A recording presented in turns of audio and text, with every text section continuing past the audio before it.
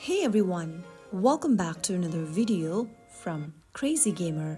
In today's episode, we will be learning how to log out of Words with Friends on your mobile device. To log out of Words with Friends, first of all, open up the Words with Friends app on your device, and once you're in the home page, tap on your profile icon at the top left. From your profile section, tap the gear button at the top right, and this will open up Settings menu. Scroll all the way down from the Settings menu and tap on Log Out. Confirm that you want to log out by tapping on Yes Logout, and you will be signed out of your Words with Friends account. You can log back in later using the same credential, or if you're logged in via Facebook, Google, or Apple, you may need to log out of those accounts separately if you want to fully disconnect. That is how you can easily log out of your Words with Friends app.